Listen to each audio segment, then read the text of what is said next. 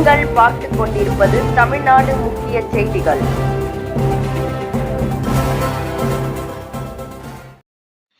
வணக்கம். தமிழ்நாடு விவசாயிகள் சங்கத்தினர் மத்திய மாநில அரசுகள் கூட்டுறவு கடன்களை தள்ளுபடி செய்ய வேண்டும் என வலியுறுத்தி 500க்கும் மேற்பட்டவர்கள் கைகளில் கொடி ஏந்தியவாறு பேரணியாக சென்று மாநாட்டில் பங்கேற்றனர்.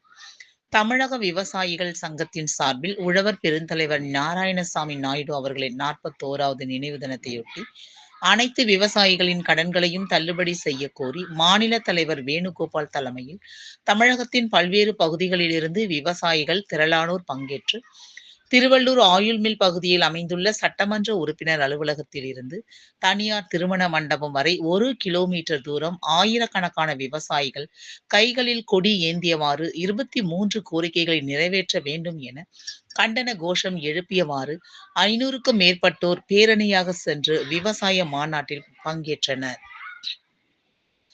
பின்னர் செய்தியாளர்களை சந்தித்து பேசிய மாநில பொதுச் செயலாளர் உதயகுமார் தெரிவிக்கையில், எந்த ஒரு நிபந்தனையின்றி கூட்டுறவு மற்றும் தேசியமயமாக்கப்பட்ட வங்கிகளில் விவசாயிகள் பெற்ற பயிர் மற்றும் பண்ணை கடன்கள் அனைத்தும் தள்ளுபடி செய்ய வேண்டும் என்றும், அண்டை மாநிலமான ஆந்திரா, தெலுங்கானாவைப் போல் உற்பத்திக்கு மானியம் ஏக்கர் ஒன்றுக்கு 20,000 வழங்க வேண்டும். மேலும் காட்டுப்பன்றிகளால் ஏற்படும் பயிர் சேதத்திற்கு இழப்பீடு தொகையை உயர்த்தி வழங்க வேண்டும்.